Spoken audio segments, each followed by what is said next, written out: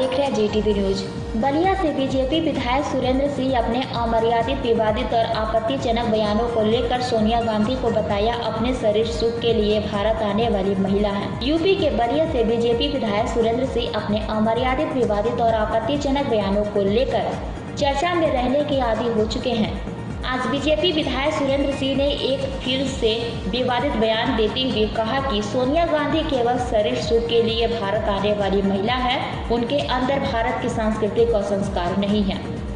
वहीं ममता बनर्जी पर हमला करते हुए कहा कि ममता बनर्जी गुंडई के बल पर चुनाव जीत गई हैं, पर अब लगता है कि प्रजातंत्र में दल नहीं, राजनीतिक सेना बनानी पड़ेगी। जिसकी सेना कमजोर होगी वो प्रजातंत्र पर हावी नहीं हो पाएगा। वही सपा मुखिया अखिलेश यादव को बताया औरंगजेब। पेश है बलिया से नवल जी के साथ अखिलेश सैनी की है खास रिपोर्ट। तो बताइए, मैंने गंदे सोच के लोगों के साथ वैसा ही सोच का व्यक्ति जाता है तो भारत की धरती पर क्षेत्रीय आधार पर, राष्ट्रीय आधार पर भी एक भारत को बनाने वाले लोग चिंता कर रहे हैं, दूसरी तरफ अपना परिवार और दूसरे साथ साथ देश को कमज़ोर करने वाले लोग कम कर रहे हैं। मैं तो एक ही बात कह सकता हूं कि कांग्रेस के भाइयों, थोड़ा सा भी विवेक और विचारशीलता हो तो तुम्हारा उस समय चिंतन कहाँ गया था जिस समय जम्मू कश्मीर की धरती से ब्राह्मण लोग भगाए गए थे और एक भी कोई व्यक्ति बोलने वाला नहीं था। आज ब्राह्मण की बात करते हैं आप मेरे भाई, ब्राह्मण के भला की बात सपा वाले कर रहे हैं। ये बात कल्पना करो, जब 2003 में जिसके वोट से, जिन यादवों के वोट से अखिलेश यादव आज नेता बने हुए हैं, आज जिन यादवों के वोट से बने हुए नेता, उनके कम से कम सैकड़ों लोग 2003 में मऊ में मारे गए, खुलेआम मारे गए। लेकिन धन्य हो अखिलेश जी, कुर्सी के लिए तूने अपने जातियों को भी, अपनी जाति के लोगों का भी पुछार करने के लिए भी जो नहीं आता है, उसके कैबिनेट का कोई मंत्री नहीं आता है और वो भी कहता है कि हम समाज चलाएंगे। अरे जिस जाति के आधार पर तुम आज नेता बने हो, उस जाति का जब तुम दुख में, विपत्ति की घड़ी में पुछार नहीं कर सकते, पीड़ा भी नहीं सुन सकते, ऐसे लोग कभी समाज का भला करने वाले नहीं। और अखिलेश जी तो शुद्ध रूप से औरंगजेब संस्कृति के हैं। औरंगजेब भी अपने पिता को मार के गद्दी पर बैठ गया था। अब प्रजातंत्र में, प्रजातांत्रिक व्यवस्था में, भारत के प्रजातांत्रिक व्यवस्था में कोई औरंगजेबी संस्कृति का नेता है तो अखिलेश जी। और अखिलेश जी हैं, अपने पिता को, एक सम्मानित पिता को लातों से मार करके, हटा करके और देश का अध्यक्ष बन गया। अब इससे भी बड़ा जो है कोई संस्कार का उदाहरण दुनिया मिल सकता है। तो यदि विदेशी संस्कृति का ही जो पोषक है, विदेश में पढ़े हैं, लगता है कि वहाँ से संस्कार लेकर के आए कि औरंगजेब जैसे भगाया था वैसे पिता को भी भगा दिए। तो जो अपने पिता का सम्मान नहीं कर सकता है वो उत्तर प्रदेश और भारत का सम्मान करने के लिए। देखिए पत्रकार जी, मैं तो एक राजनीति का सामान्य कार्यकर्ता हूँ, संघ का स्वयंसेवक होने के नाते कुछ सत्य, जीवन में सत्य आचरण करके राजनीति करने का भी स्वभाव बन गया। अब इस युग में सत्य आचरण के आधार पर आदमी राजनीति में कितना आगे होगा नहीं होगा मैं कह भी नहीं सकता।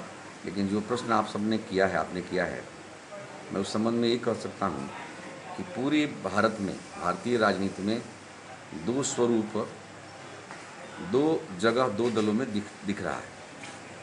क्षेत्रीय पार्टियों के आधार पर एक विपक्षी खेमा और राष्ट्रीय स्तर पर एक दुर्बल व्यक्तित्व के रूप में कांग्रेस का खेमा, और तो कुछ है नहीं। तो स्वाभाविक है कि कांग्रेस की मुखिया और नेता जो हैं, उनकी संस्कृति ही भारतीय नहीं है। वो तो एक शरीर सुख के लिए भारत की धरती पर आने वाली महिला आज परोक्ष रूप से भारत की राजनीति की एक ऐसे निर्जीव पार्टी की अध्यक्ष हो गई, नेता बन गई, जो आज भी जो है भारत उसका दंश झेल रहा है। वहाँ उनका उद्देश्य भारत को चलाना नहीं है, भारत को बनाना नहीं है। उनका उद्देश्य केवल भारत की धरती को बिना बोले कैसे कमज़ोर कर सकते हैं, यही उनका उद्देश्य है। चाहे सोनिया जी हों और चाहे राहुल जी हों, उन लोगों का संस्कार ही भारतीय नहीं है। तो जिस नेता का संस्कार ही भारतीय न हो, उसके चिंतन से और उसके चरित्र से, उसके व्यवहार से भारत का भला होने वाला नहीं है। बात है वो जो सूत्र का आप कल्पना करो मेरे भाई, जहाँ पर वोट के लिए सैकड़ों लोगों की हत्या कराने वाली महिला, तो मैं तो उसको शुद्ध रूप से कहता हूं कि जिस आज अपने राक्षसी काल में जैसे थी वो लंकिनी थी, तो मैं तो उसको लंकिनी के रूप में मानता हूं, लंकिनी के रूप में मानता हूं। लेकिन लंकिनी का भी नाश करने वाला पैदा हो चुका है।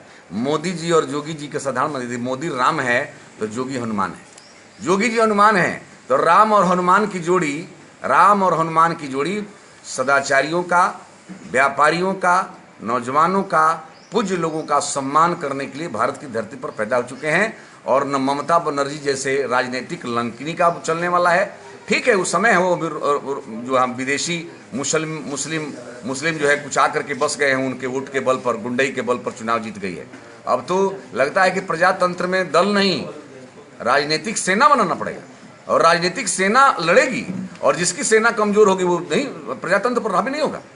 मैं तो अब बिल्कुल मैं कह रहा हूँ कि अब कोई चाहेगा कि केवल डिजिटल व्यवस्था से कोई कर ले। मैं तो ममता बनर्जी बंगाल के चुनाव के बाद से मेरे दिमाग में बात आ रही है कि अब कार्यकर्ता ही नहीं, अब राजनीतिक सेना के रूप में कार्यकर्ताओं को काम करना पड़ेगा। तब जो है रोहिंग्या और मुस्लिम आक्रांताओं का जवाब भारत की धरती पर दिया जा सकता है। लेकिन भारत कमजोर नहीं है।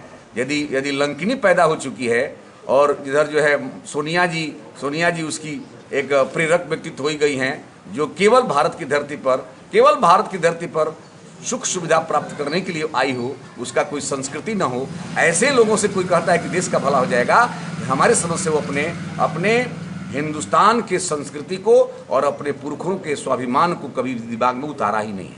यदि द्वारा भी उतारा होता तो इस तरह की बात उसके दिमाग में आती ही नहीं। और मैं दावे के साथ कह सकता हूँ कि भारत 2000 तिवारी जी पत्रकार आप हैं, मैं अपने हृदय की बात कर रहा हूँ, किसी अपने नेता के सुझाव से उसे नहीं। मैं राजनीति में संघ का स्वयंसेवक हूँ, संघ के सम्मानित अधिकारियों ने हम तो एक शिक्षक हूँ, हमको विधायक आज बना दिया है। और मैं कह रहा हूँ कि जीवन का अंतिम दिन तक अपने सत्य आचरण के आधार पर ही राजनीति करूँगा। सफलता अपनी तो अलग की बात है, लेकिन मैं आज कह रहा हूँ, अपने हृदय की बात कर रहा हूँ, पीले भी कर रहा हूँ कि भारत की धरती पर राम के रूप में मोदी जी और हनुमान के रूप में जोगी जी का पदार्पण हो चुका है। लंका फतह होगा, लंकिनी मारी जाएगी, राजनीतिक दृष्टि से जो है लंकिनी ठीक हो जाएगी, उसमें